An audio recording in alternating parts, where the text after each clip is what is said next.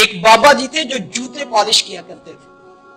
ایک نوجوان ان کے پاس بیٹھ گیا اور کہنے لگا کہ بابا جی ایک بات تو بتائیں. کہا بیٹا پوچھو کیا ہے. کہا یہ بتائیں کہ آپ کو رب کا قرب کیسے ملا. تو وہ درویش کہنے لگا کہ بیٹا مجھے تو یوں ہی جوتے پالش کرتے کرتے رب بھی مل گیا, اس کا رسول بھی مل گیا.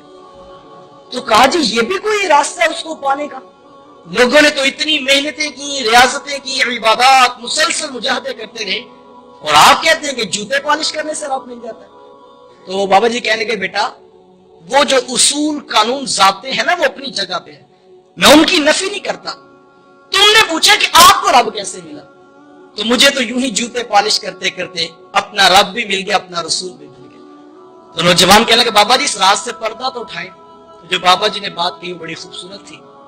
وہ بابا جی کہنے لگے بیٹا میں جب بھی کسی شخص کا جوتا پالش کیا کرتا تو اسے خوب ایمانداری, محنت, اخلاص سے اس کو خوب چمکا کے پالش کرتا, اس لیے کہ اس نے 2 آنے مجھے دینے ہوتے تھے. کہا نہیں وہ تو اس نے دینے ہوتے تھے, وہ تو پہلے طے ہوتے تھے, لیکن میں جوتا خوب صرف اس لیے چمکا دیا کرتا یہ اس شخص کا جوتا ہے کہ جس رسول کا میں کلمہ پڑھتا ہوں ان کا یہ بھی کلمہ پڑھتا, جس رسول سے میں محبت کرتا ہوں ان کا یہ بھی پیار کرنے والا ہے, جس رسول کی شفاعت پہ میری نظر لگی ہوئی ہے ان کا چاہنے والا یہ بھی ہے. میرے رب کو یہ میری ادا اتنی پسند آئی, اس نے اپنا قرب بھی عطا کر دیا, اپنے محبوب کا قرب بھی عطا کر دیا. حضور کی نسبت کا احترام پیدا کرنے کا مزاج پیدا کریں. ہم بڑے عجیب لوگ ہیں, کاش ہم اس بات کے اوپر کھڑے ہو جائیں. اور یہ اتنا خوبصورت وظیفہ ہے, میں سمجھتا ہوں یہ 1000 لوگ بیٹھے ہیں, آپ ہم سب نے صبح اٹھ کر اپنی دکانوں پہ بیٹھنا ہے. کوئی ڈاکٹر ہے, کوئی انجینئر ہے, کوئی ٹیلر ہے, کوئی ٹائر کو پنکچر لگانے والا, معاشرے کا ہم حصہ ہیں. میں کہتا ہوں اگر ہم یہ عہد کر لیں کہ جو ہماری دکان پہ صبح آ رہا ہے وہ کوئی پرایا نہیں, اس کے ہاتھوں میں بھی ان کا دامن ہے جن کی شفاعت پہ ہماری نگاہ لگی.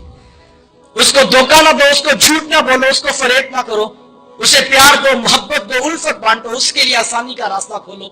یہ اتنا خوبصورت وظیفہ ہے, یہ اتنا پیارا وظیفہ ہے کہ اس وظیفے کی اتنی برکت ہے, اتنی برکت ہے. اس کو ایک مرتبہ کر کے تو دیکھیں. میں کسی دکان پہ جاتا ہوں, ابھی موبائل دیکھ رہا تھا کہ اس شخص نے میرے موبائل پر حضرت کی فوٹو دیکھ لی. تو کہنے لگا جناب آپ ان کو جانتے ہیں؟ تو میں نے بھی فخر سے کہا جناب یہ میرے شیخ ہیں, میرے استاد ہیں. تو کہنے لگا جناب تشریف رکھیں نا, چائے پیجئے, باقی باتیں بعد میں ہوں گی. مجھے عزت دینے لگا, ریٹ نیچے آنے لگا. وہ جو باز کر رہا تھا ایک دم اس کا لہجہ بدل گیا. کہنے لگا جناب ہم بھی ان کو سنتے ہیں, تو بڑا خوبصورت بیان کرتے ہیں. یار یہ عزت کس بات کو دی جا رہی ہے کہ جن کا خطاب میں سنتا ہوں ان کا خطاب یہ بھی سنتا ہے. کوئی آ جائے جناب آپ کس سلسلے سے بیعت ہے, میں جناب نقشبندی ہوں, بڑی اچھی بات ہے جناب, ہم بھی وہاں پر بیعت ہے, ہم گولڈا شی بیعت ہے, ہم سیال شی بیعت ہے. یہ ساری نسبتیں بہت اچھی, یہ بڑی خوبصورت, بڑی بابرکت ہیں. لیکن یار کوئی آ جائے اس کے پاس بیعت کا رنگ نہ بھی ہو, اس کے پاس گنبد خضرا کے مکی کی بیعت ہو, اس کی عزت کرنی چاہیے یا کہ نہیں کرنی چاہیے. اور میں کہتا ہوں جو اس بات پہ محبتیں بانٹے پھر تو رب تو رشتوں کی بھی ڈیوٹیاں لگاتا ہوگا نا کہ گاہکوں کا رخ اس دکان پہ موڑ دو. یہاں پر گاہکی نہیں دیکھی جاتی, یہاں محمد کی نسبت دیکھی جاتی ہے, یہاں میرے رسول کی امت کو پیار دیا جاتا ہے. میرے شیخ فرمایا کرتے ہیں اگر میں آپ کے بچوں سے پیار کروں تو آپ کو اچھا لگوں گا نا, آپ میرے بچوں سے پیار کریں تو مجھے اچھے لگیں گے نا. تو جو حضور کی غریب امت سے پیار کرے گا وہ اللہ کے رسول کو کتنا اچھا لگے گا. آؤ صاحبو پیار بانٹو, محبت بانٹو, الفت بانٹو.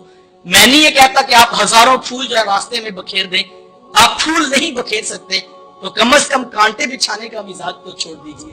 آپ پھول نہیں بکھیر سکتے, کوشش کر کے کچھ کانٹے کم کرنے کی ذمہ داری قبول کر لیجئے.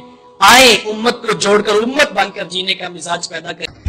مزید ایسی ہی ویڈیوز کو دیکھنے کے لیے ہمارے چینل کو سبسکرائب ضرور کریں اور براہ کرم ویڈیو کو لائک اور شیئر بھی کریں اور کمنٹ میں اپنی رائے کا اظہار بھی کریں.